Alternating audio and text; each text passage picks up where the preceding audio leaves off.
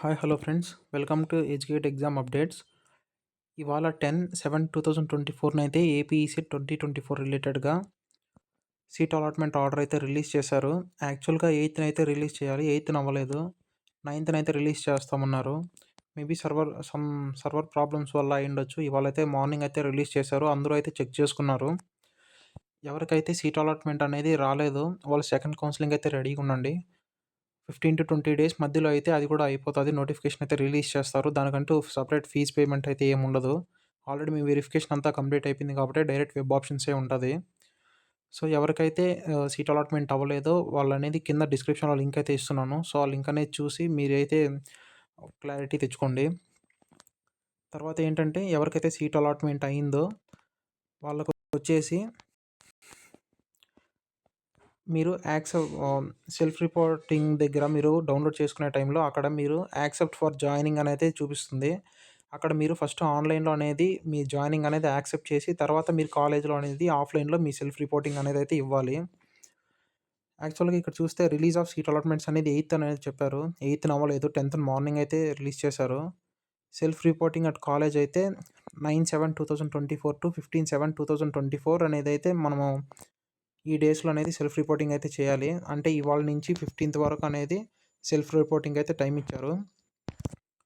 So మీకు ఏ కాలేజ్లో అయితే సీట్ వచ్చిందో ఆ కాలేజెస్లో 15th లోపు అయితే వెళ్ళేసి మీరైతే రిపోర్టింగ్ అనేది ఇవ్వండి. Required documents for self reporting అనేది అయితే దానికోసం అనేది వీడియో చేస్తున్నాను. మీకు ఏ డాక్యుమెంట్స్ కావాలని చెప్పి ఈ వీడియోలో అయితే క్లారిటీ ఇస్తాను. మీది పాస్పోర్ట్ సైజ్ ఫొటోస్ అనేది తీసుకోవాలి. ఎందుకంటే మీరు కాలేజ్లో అడ్మిషన్ టైంలో మీకు అనేది వాళ్ళైతే ఒక ఫామ్స్ లాంటివి ఏదైనా ఇస్తారు. అందులో అనేది అయితే మీరు అనేది ఫొటోస్ అనేది ఇవ్వాలి. ఏపీ ఈసెట్ ర్యాంక్ కార్డ్ అంటే మీ ర్యాంక్ కార్డ్ డౌన్లోడ్ చేసుకుంటారు కదా అది. తర్వాత సీట్ అలాట్మెంట్ ఆర్డర్, ఇవాళ అయితే సీట్ అలాట్మెంట్ ఆర్డర్ అయితే డౌన్లోడ్ చేసుకున్నారు కదా, అదైతే జిరాక్స్ అయితే తీసుకోవాలి. యాక్సెప్టింగ్ ఫర్ జాయినింగ్ అనేది అయితే అంటే మీరు ఎప్పుడైతే hall ticket number, date of birth, OTP enter చేసిన తర్వాత మీరైతే యాక్సెప్ట్ చేస్తారు కదా కాలేజ్కి, ఆ పేజ్ని అయితే మీరు అనేది ప్రింట్ తీసుకోవాలి.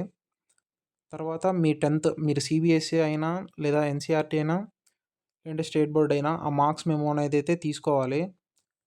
తర్వాత 6th to డిప్లొమా సర్టిఫికేట్స్ అనేది అయితే తీసుకోవాలి. మీరు 6th క్లాస్ నుంచి డిప్లొమా ఫైనల్ ఇయర్ వరకు ఉన్న సర్టిఫికేట్స్ అయితే తీసుకోవాలి. నెక్స్ట్ ఏంటంటే ఫస్ట్ ఇయర్ నుంచి థర్డ్ ఇయర్ వరకు మీకు సెమ్స్ అయి ఉంటాయి కదా, వాటి మార్క్స్ మెమోస్ అన్నీ అయితే తీసుకోవాలి. తర్వాత ఓడి అనేది అయితే ఇస్తారంటే ఓవరాల్ డిప్లొమా సర్టిఫికేట్ అనేది ప్రొవైడ్ చేస్తారు. అంటే మీ డిప్లొమా ఓవరాల్గా ఎంత పర్సంటేజ్ ఉందని చెప్పేసి అయితే క్యాలిక్యులేట్ చేసి మీకు ఓడి అనేది అయితే ఇస్తారు. అది తీసుకోవాలి. తర్వాత డిప్లొమా టీసీ అయితే కావాలి. తర్వాత ఆధార్ కార్డు, రేషన్ కార్డు, వీటితో పాటు క్యాస్ట్, ఈడబ్ల్యూఎస్ ఇన్కమ్ ఆల్రెడీ మీరు వెరిఫికేషన్ చేసుకున్నా కానీ మీరు కాలేజీలో అయితే సబ్మిట్ చేయమని అడుగుతారు. తర్వాత మీకు ఏదైనా స్పోర్ట్స్ కేటగిరీ కానీ, ఎన్సీసీ లేదా మీకు ఫిజికల్లీ హ్యాండిక్యాప్డ్ ఏదన్నా ఉంటే అలాంటివి ఏదైనా సమ్ అదర్ ప్రిఫరెన్సెస్ ఉంటే వాటిని అయితే జిరాక్స్ తీసుకెళ్ళాలి. ప్రతి ఒక్క కాపీని అయితే ఒక 3-4 జిరాక్స్ అయితే తీసుకోండి. ఎందుకంటే వాళ్ళు ఆఫీస్ రూమ్లో ఒక చోట, రిసెప్షన్ దగ్గర ఒక చోట, చాలా డిపార్ట్మెంట్స్ ఉంటాయి కదా, వాటిలో అయితే ఇవ్వమని చెప్తూ ఉంటారు. సో అక్కడికెళ్ళి మీరు ఇబ్బంది పడడం కన్నా ఇక్కడే ప్రతి ఒక్క కాపీని 3-4 జిరాక్స్ అయితే తీసుకోండి. ఒక 3 సెట్స్‌గా అనేది అయితే ప్రిపేర్ చేసుకొని మీరు సెల్ఫ్ రిపోర్టింగ్ అనేది ఇవ్వండి. తర్వాత ఏంటంటే ప్రతి కాలేజ్‌లో అనేది జాయినింగ్ అయ్యేటప్పుడు కొంచెం ఫీ అయితే పే చేసుకుంటారు. నార్మల్‌గా అప్లికేషన్ ఫీ అనేది అయితే చెప్తారు. అది కాలేజీని బట్టి అయితే ఉంటది. కానీ నార్మల్‌గా ఏంటంటే బిల్డింగ్ ఫీజ్ అనేది పే చేయాలి. ఒకప్పుడు 5,000 అనేది ఉండేది. ఇప్పుడు నాకు తెలిసి ప్రెజెంట్ ఒక 10,000-15,000 అయితే పెంచుంటారు. సో, అది బిల్డింగ్ ఫీజ్ ఇప్పుడే పే చేయాలో లేదంటే తర్వాత పే చేస్తారో తెలీదు. సో మీరైతే అప్లికేషన్ ఫీ లేదా బిల్డింగ్ ఫీజ్ కనే అయితే పే చేయాల్సి ఉంటది. సో ఫస్ట్ అయితే కాలేజ్‌లో కనుక్కోండి ఎంత పే చేయాలో. దాన్ని బట్టి మీరు అమౌంట్ అనేది రెడీ చేసుకోవచ్చు. సో ఇవి మీరైతే సబ్మిట్ చేయాల్సిన డాక్యుమెంట్స్ కాలేజ్‌లో.